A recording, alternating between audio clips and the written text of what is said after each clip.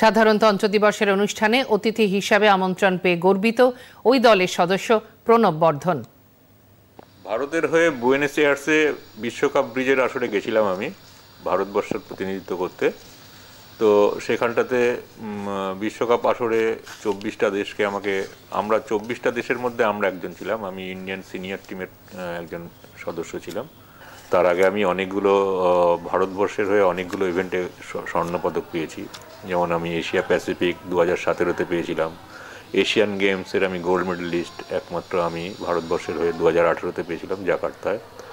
তারপরে 2022-এ আমি আবার এশিয়া কাপ জিতি, সেখানেও আমি স্বর্ণপদক পাই। সর্বশেষ এই বিশ্বকাপের আসরে আমি যেতে পারলাম এবং এটা অসাধারণ অভিজ্ঞতা। এর জন্য আমাদের ভারতবর্ষ থেকে আমাদের রাষ্ট্রপতি আমাদেরকে আমন্ত্রণ জানিয়েছেন 26শে জানুয়ারি দিল্লিতে। এটার জন্য আমরা খুবই গর্বিত এবং খুব উত্তেজিতও বটে।